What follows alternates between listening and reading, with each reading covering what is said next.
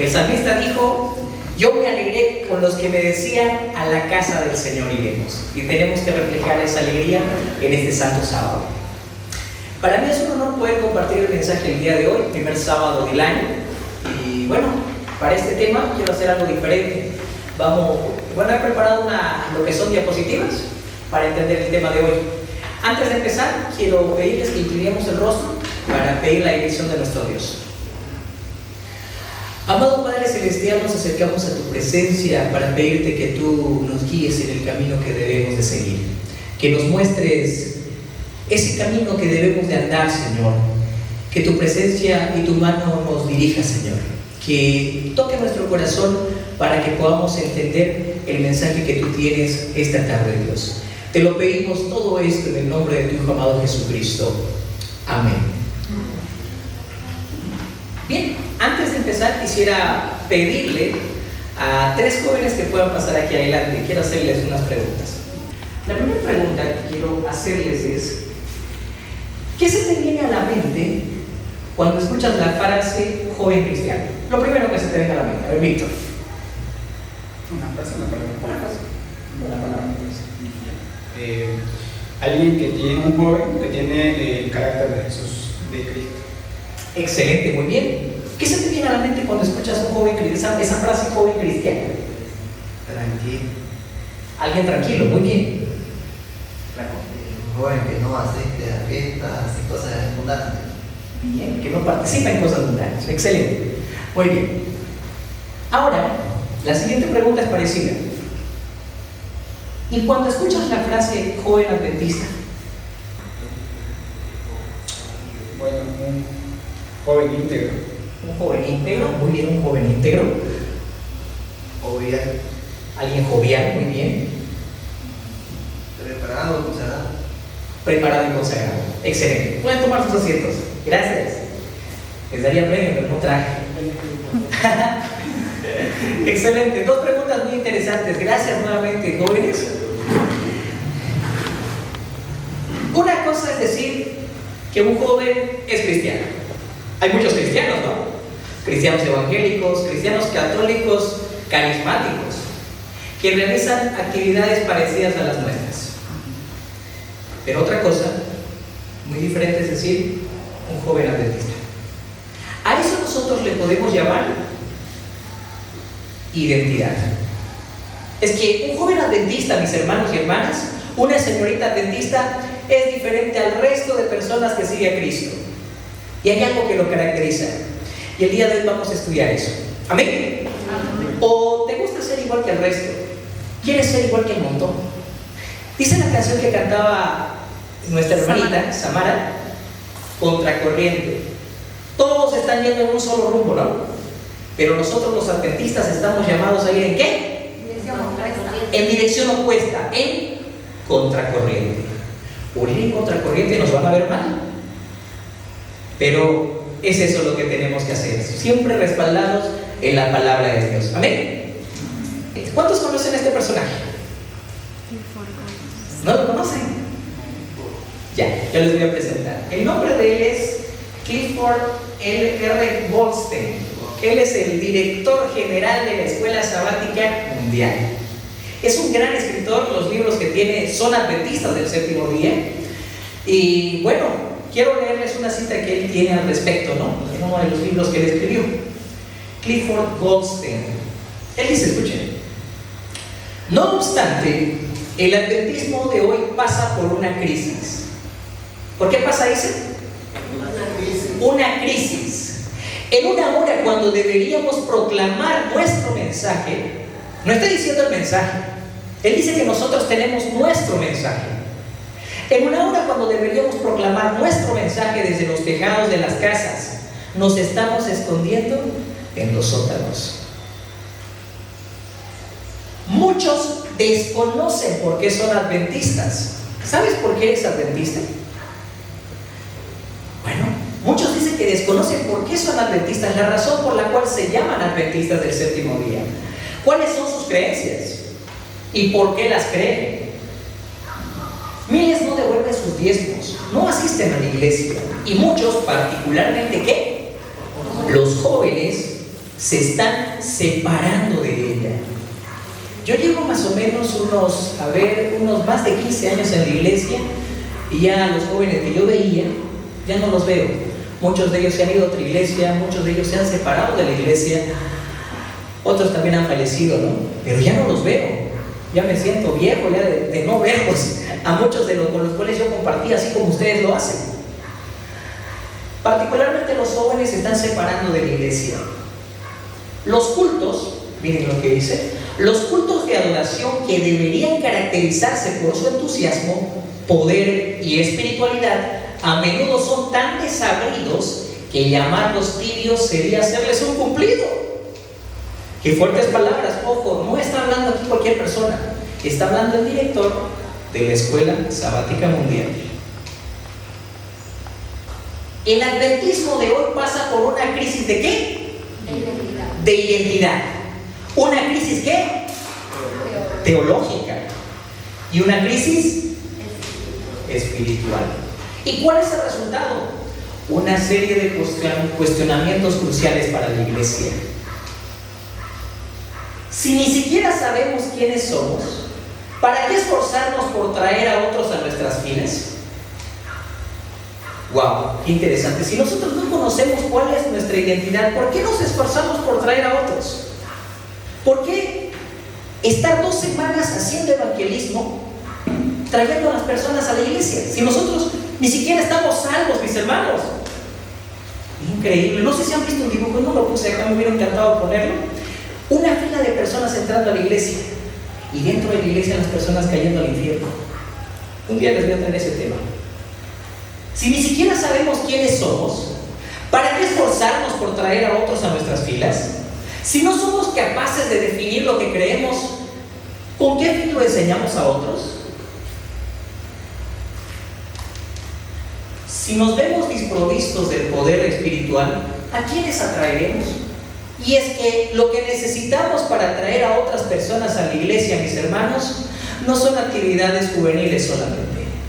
Lo que necesitamos para atraer a las personas de afuera no son solamente nuestros cultos, mis hermanos. Lo que necesitamos es el Espíritu Santo de Dios. ¿Quién es el que atrae a las personas de afuera hacia adentro de la iglesia?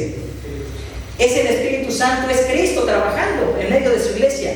Pero si Cristo no está en la iglesia, ¿quién los va a traer a las personas? ¿Cómo podemos esperar que proclamemos un mensaje al mundo si ni siquiera estamos seguros de cuál es el mensaje? Hablamos de recibir la lluvia tardía, pero es más probable que caiga una tormenta de nieve sobre la Meca en junio que la lluvia tardía descienda sobre nosotros. Fuertes palabras, la del director de la Escuela Sabática Mundial. Necesitamos saber, mis hermanos y hermanas, ¿por qué somos adventistas? ¿Qué nos diferencia del resto de grupos cristianos? Pues, ¿por qué es tan importante entender cuál es la misión? Cuando nosotros comprendemos cuál es nuestra misión, joven adventista, señorita adventista, hermanos que están aquí también en la iglesia, vamos a saber qué misión nosotros tenemos y hacia dónde nos dirigimos. Amén. Porque Dios nos trajo a esta iglesia con un propósito. ¿Saben qué? Cuando yo era más joven, ahora lo sigo siendo, ¿no? Yo solía asistir a la iglesia evangélica, ¿sí? De hecho, bueno, a los 12, más o menos, 12, 11 años empecé a asistir a la iglesia evangélica por mi decisión. Antes mi madre me llevaba. Tenía los grandes deseos de predicar. A esa edad de 12 años. Quería ser líder de célula. Célula de grupo pequeño, ¿sí? Y yo le decía al pastor a la edad de 12 años, 12, 13 años, pastor, yo quisiera ser líder de una célula, le decía a los 12 años. Él me decía, me menospreciaba, me menoscababa, me desestimaba por ser niño. 12 años, increíble, decía. Pero no, pues es que hay cosas que tienes que aprender, me decía el pastor. Por ejemplo, a ver, te hago una pregunta, me hizo una pregunta de prueba. ¿Qué es adulterio? Yo no sabía responder bien la pregunta, ¿no? A lo que yo le dije, seguro debe ser lo que hacen los adultos. Eso fue lo que le contesté. Ve, no conoces, necesitas conocer más. Y bueno, ese sueño de predicar lo he cumplido en esta iglesia. Amén. Amén. Y mucho más, mis hermanos, ¿saben qué? Desde que ingresé a la iglesia en el año 2009 hasta que me bauticé en el 2012, no entendía cuál era la misión y el propósito por el cual yo me encontraba en la iglesia. Yo venía a los cultos, al igual que ustedes, participaba de actividades y me gustaba porque había muchos jóvenes en mi iglesia. Pero no fue hasta el año 2016 cuando empecé a estudiar la Biblia. Ahí me di cuenta de lo grande que es Dios en su palabra. ¿Y saben qué? Cuando tuve que dejar mi iglesia para ir a otra, ya no iba por los jóvenes, iba por el Señor y por su palabra. Amén. Amén. Cuando tú aprendas a amar, joven, señorita, hermano, hermana, este libro, vas a entender cuál es tu propósito. Y solamente vas a aprender a amar al Señor de verdad a través de este libro, conociendo el mensaje adventista. Amén. Amén. Y así serás un joven que va, como dice ese cántico, contracorriente. Esta foto la conocemos varios, ¿no? ¿O es la primera vez que la vemos? Ellos son los pioneros adventistas. Los primeros, por así decirlo, los primeros fundadores de la iglesia, los fundadores de la iglesia. Ahí conocemos quizá el rostro de Ellen White, de Jaime White, de Joseph Bates, John Andrews. Me llamó la atención estudiar su vida también de ellos, porque si ustedes quieren entender lo que es adventismo, una cosa es cristianismo y otra cosa es adventismo, tienen que estudiar lo que estudiaron ellos. Deben de leer lo que escribieron ellos y van a entender qué diferencia el adventismo del cristianismo que existe hoy en día. Porque ciertamente, mis hermanos, hoy en día el adventismo poco a poco está desapareciendo y el evangelicalismo ha ingresado a nuestras iglesias. Por eso es que no somos diferentes a muchos. Ellos, miren, lo que me sorprendió bastante de ellos es que en octubre de 1844, cuando ellos esperaban el pronto regreso de Cristo, lo que me sorprendió bastante fue su edad. Presten atención. Ellen White, hacia los años 1844, ¿cuántos años tenía? 17 años. Jaime White, ¿cuántos años tenía? 24 años, wow. José Bates era un poco más mayor, el capitán José Bates tenía 52 años. Edson Highland tenía 38 años. Josías Lynch, 35 años. Y aquí nos vamos con los más jovencitos. Urias Smith, ¿cuántos años tenía? Con 13 años decidió creer en el pronto regreso de Cristo.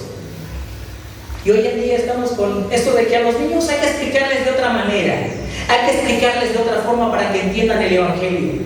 Cuando estos niños, miren, de 13 años Urias Smith, su hermana Ana Rebecca Smith de 16 años y John Ellis Andrews de 15 años, a esa edad ya estaban guardando el sábado. A los 15 años, John Ellis Andrews, mis hermanos, tomó la decisión por un folleto que él leyó de guardar el cuarto mandamiento. 15 años de edad, mis hermanos. Y nosotros los jóvenes, ¿cuándo vamos a entender la santidad del cuarto mandamiento? La solemnidad que tiene ese mandamiento. Cuando estos hombres en esa época entendían muy jóvenes la importancia del estudio de la palabra y de los mandamientos de Dios. Es que Dios, mis hermanos, tiene algo especial con los jóvenes, porque en ellos ve fortaleza, en ellos ve valentía para poder enfrentar gigantes como lo hacían en los tiempos de Josué. ¿Cuántos somos jóvenes aquí? Levanten la mano.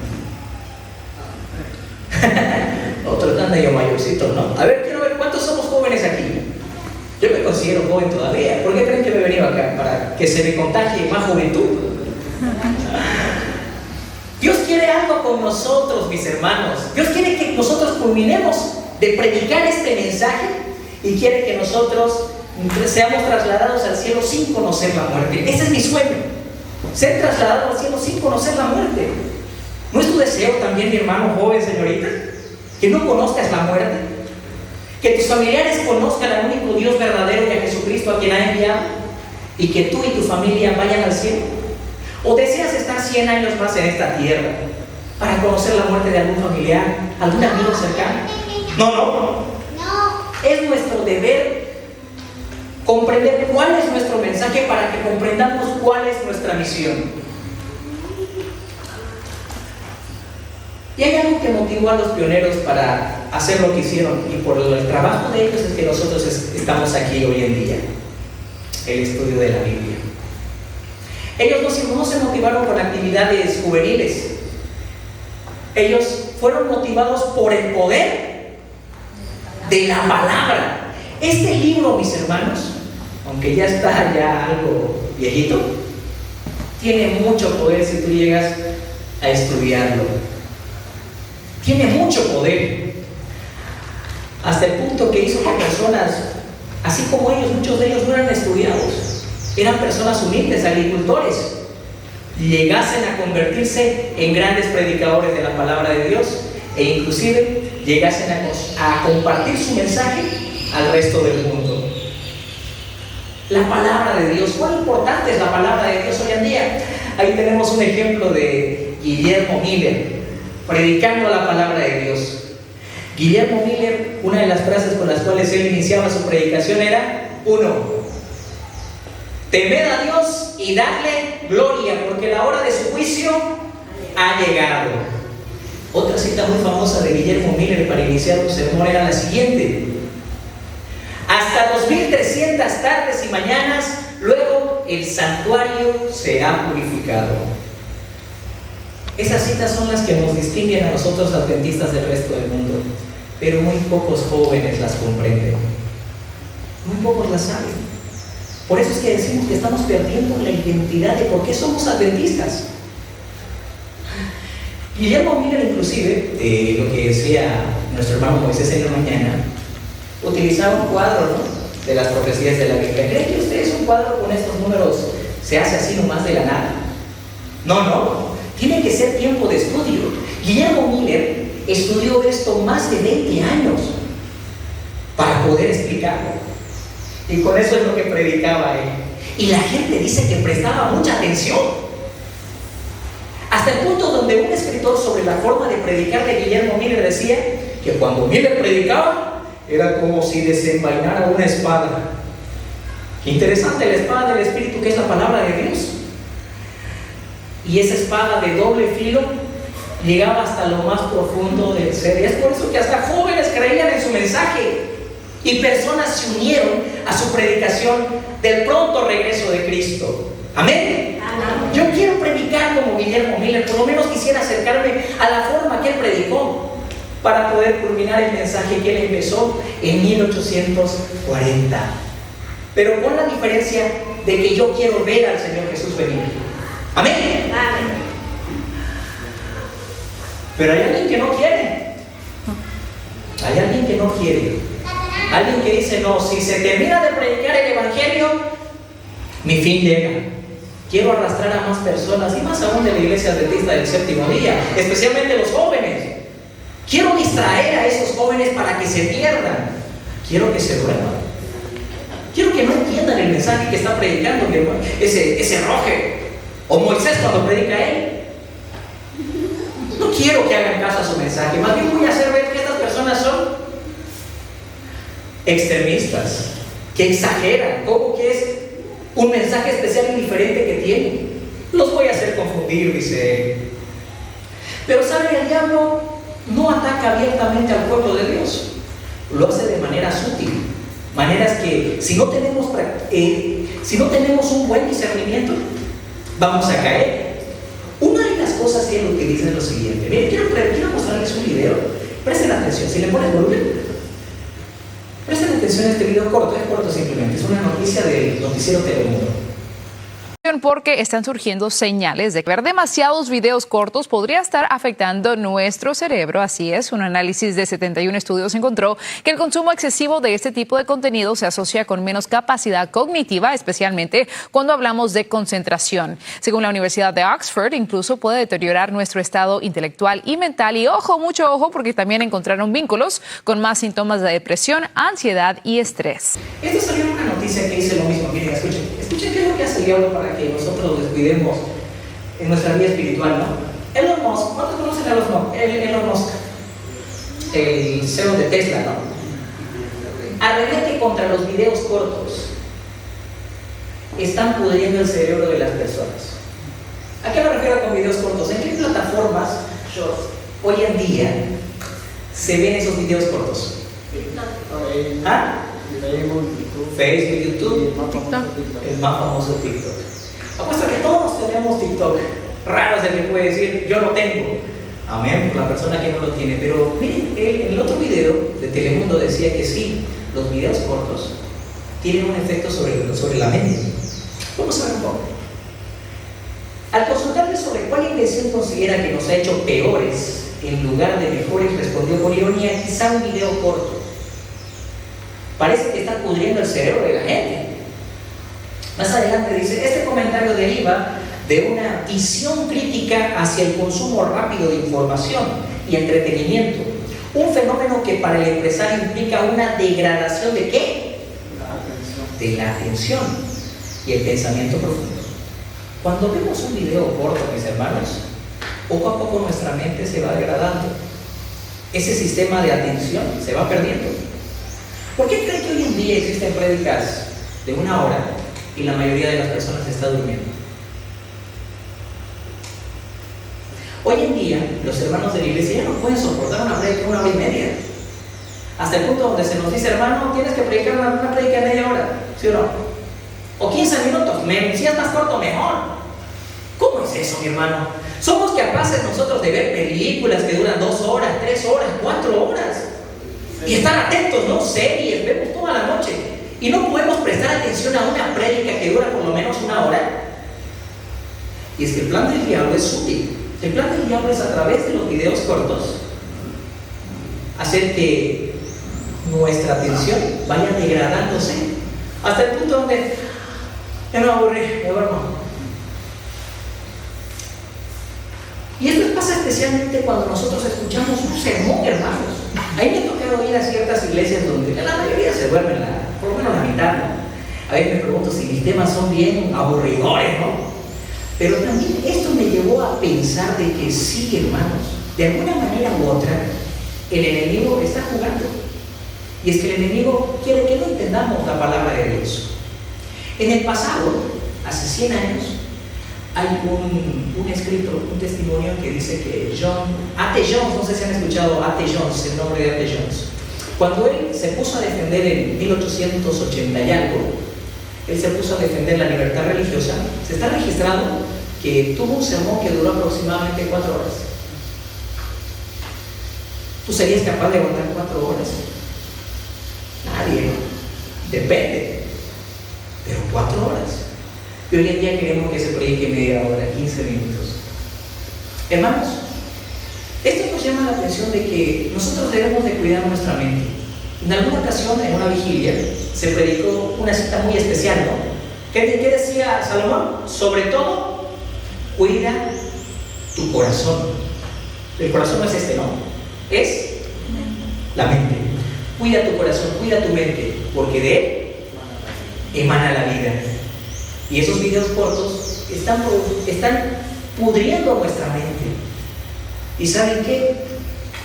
Esos videos también están interfiriendo en mi comunión con Dios.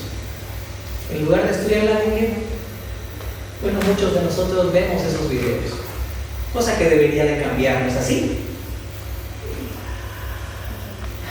¿Con qué limpiará el joven su camino? Con guardar su palabra. ¿Queremos limpiar nuestro camino? Amén. ¿Queremos limpiar nuestra vida? ¿Queremos ser aceptos por el amado? Empecemos estudiando la palabra. ¿Amén? Amén. Empecemos estudiando la palabra. Y cuando comprendamos lo que dice este libro, comprenderemos el gran amor que tuvo nuestro Dios para mandar a su único y unigénito Hijo, al Señor Jesucristo. Otra cita. En mi corazón he guardado tus dichos. ¿Para qué? Amén. ¿Quieres no pecar? ¿Qué dice el consejo de Salomón, de David, del salmista? Guardar tus palabras en mi corazón. ¿Y cómo voy a guardarlas si ni siquiera estudio la Biblia? Hermanos, miren, lo que la mayoría puede estudiar son el folleto de escuela sabática, las prédicas de la mañana, las prédicas de la tarde. Es lo común, lo mínimo que deberíamos estudiar. Pero Dios nos llama a un conocimiento mejor. Y ese conocimiento mejor lo obtenemos a través de un estudio personal de la Biblia. Hacer algo diferente a lo que hace el resto, mi hermano. Puede ser a solas, puede ser levantando una escuela de profetas aquí en la iglesia para estudiar la Biblia. Amén. El poder de la palabra es increíble, hermano. Es increíble. Si transformó a las personas en el pasado, puede hacerlo hoy en día también. Ya vosotros estáis limpios. ¿Por qué? Por la palabra que yo os he hablado. ¿Quieres ser limpio, mi hermano? Es por medio de la palabra que Dios puede realizar esa limpieza en tu corazón.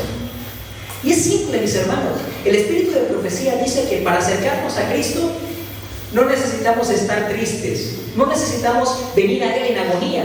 Simplemente tenemos que venir a Él y decirle: Señor, estoy aquí. ¿Qué tienes que hacer? Estudia mi palabra.